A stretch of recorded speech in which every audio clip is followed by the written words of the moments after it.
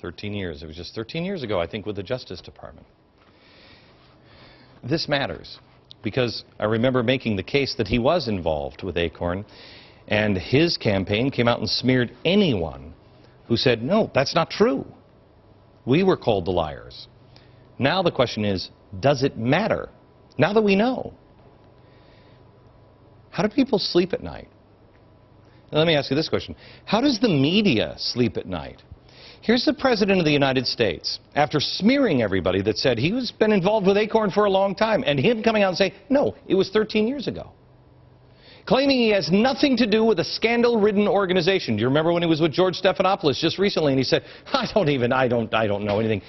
You don't know anything, and yet, who are you lying to? Are you lying to us, or are you lying to Acorn when you say, you don't even have to call us, I will call you? Now, this is a story that not only he's lying, but you don't have to go and try to find a way to make this a story. Today, Acorn is in the news for dissolving nationally. The media has to go out of their way to avoid these stories, but of course, they do. Why are they silent? How do they sleep at night? Now the question is, so what do we do about it? Well, we have to stop telling the lies to ourselves. These are the harsh lies. They're hard. Okay, these are hard because we have to say, oh, no, we can continue to spend this money. No, we can't. No, we can't. Oh, he'll be different. He'll be different when he gets into office. No, that's upside down. You judge someone by their past record, by their actions, and by the people they surround themselves with. You don't just listen to the campaign ad. Character does matter. It's upside down. Now, this one is tougher to stop. I mean, if you look at some of the crazy things that people believe, I mean, it's nuts. If you believe, I mean, some people actually believe that George Bush had some sort of evil audacity and competence combination where he had the ability to blow up the World Trade Center and the Pentagon and then be able to cover their tracks. I thought he was incompetent. I mean, how do you get people to believe stuff like that? Things like put George Bush into a frogman suit because he was planting the bombs on the levees in New Orleans. People believe that this was staged in a studio lot in Hollywood, California. Or that the government is setting up a concentration camp and buying thousands of coffins outside of... How do you get people to buy this? Well, you get people like this to look you right straight in the eye and say, no. What? You kidding me? How many times has this happened in America in our recent history? Because people have got to know whether or not their president's a crook. Well, I'm not a crook. Read my lips. No I did not have sexual relations with that woman. If you look at the peer-reviewed scientific literature, the debate is over. All the way into global warming, the most powerful people on the planet, looking you right in the eyes and deceiving you. Some of those intentional, some of them maybe not. People begin to wonder, if you can look me in the eye and you can lie to me like that, what else are you capable of? We know they're capable of continuing the charade on global warming, even though the consensus is currently imploding. There is no consensus. The scientists themselves are saying that. The science is bogus. It is falling apart. The newspapers overseas are printing it everywhere. India is pulling out, but us? No. We're still having our politicians tell us that we're not going to be able to leave a planet for our kids if we don't act now on cap and trade. Spain is already proving that green jobs don't work.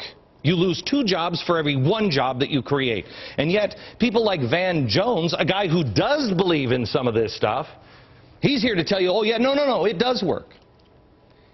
They're willing to bankrupt the entire world for a lie. If they're capable of doing that, what else are they capable of? Do you see?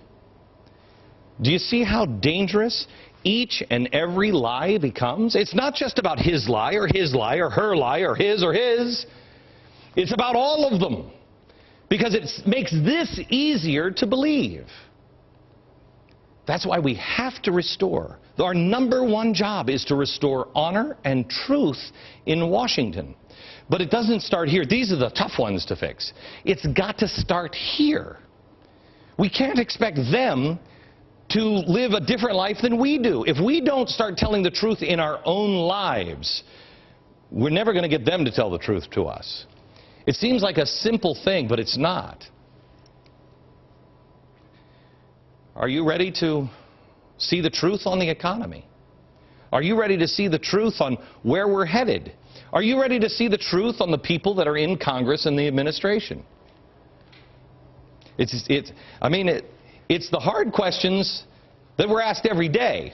Come on, really? When a woman says, does this dress make me look fat? You see what I'm saying? What are you going to say? I usually say, by the way, well, I don't usually. I've said it once to my wife, and I said, no, you're fat makes you look fat. That doesn't. The founders made it look easy. George Washington, Honest Abe. YouTube wouldn't have scared these guys because they said what they meant and meant what they said. They were men of honor. They had to be. There's no way anybody's going to risk their life, their fortune, or their sacred honor to follow a liar. It would have never worked. Restoring honor. Somewhere along the way, we've lost that. Our honor fizzled somewhere or another. The lies began to pile up. The nickname Honest doesn't really apply in D.C. anymore. Honest Nancy, Honest Barack. You can see it in the polls. 80% think Congress is making decisions based on special interests or self-interest. 86% think the government is broken. They have lost the trust. You know, when I was a kid, there was one thing that my father taught me. I mean, he preached this to us all the time. You could get away with just about anything in our house except for lying. You never wanted to lie to my father or lie in my house. My dad worked hard at the bakery that I grew up in all the time. Do we have the photo? That's my dad making a birthday cake in our bakery. Well, he worked from dawn till dusk. I don't think I ever really saw, except for Sunday, I don't even think I saw my father out in the daylight. He was like a vampire. He was always inside, and then daylight. It was shocking. So I'll never forget the day when my sister decided to play hooky. Now, she had apparently been playing hooky for about a week or so, and the school called my dad at the bakery. He wasn't too pleased that he had to go find my sister. We never saw him in the light of day, and I remember it vividly. I don't even remember how old I was, but I was small, and we were at home, and my father came in and we said, Dad. And he said, where's your older sister? We were surprised. We said, I don't know. He picked us up and he said, come on, let's get into the car. So we went into the car and we sat in back of this big old maroon Mercury that my dad had bought as a used car. We got in the car and we started to get the speech that my dad always told us, which was, you got to tell the truth in this family. And he made us both sit in the back seat. At this point, we knew things were about to go really downhill. My sister is finally seen up at the top of this hill, and she stops. When she sees our maroon Mercury coming up, she just stops. And then she's casual. My dad stopped the car, opened it up, and she said, hey, Dad, what's up? And he said, nothing. How was school? Just thought I'd pick you up. She made a choice. She said, it was good. He said, really? What'd you do today? Oh, you know, some stuff. Did you have a test? Yeah. How'd you do? Pretty good. She lied to my father all the way home, and he kept letting her dig the hole deeper. I think I only got 3 spankings in my life. My sisters never got any.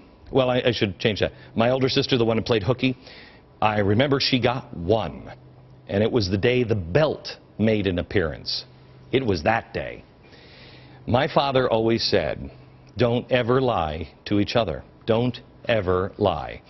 Because if you lie, we can't fix or solve anything. We can't lose trust. He was right. The first step we have to take is stop lying to ourselves. Scott Brown is not fiscally conservative. He may be better than the other person, but he's not as fiscal conservative. He's from Massachusetts.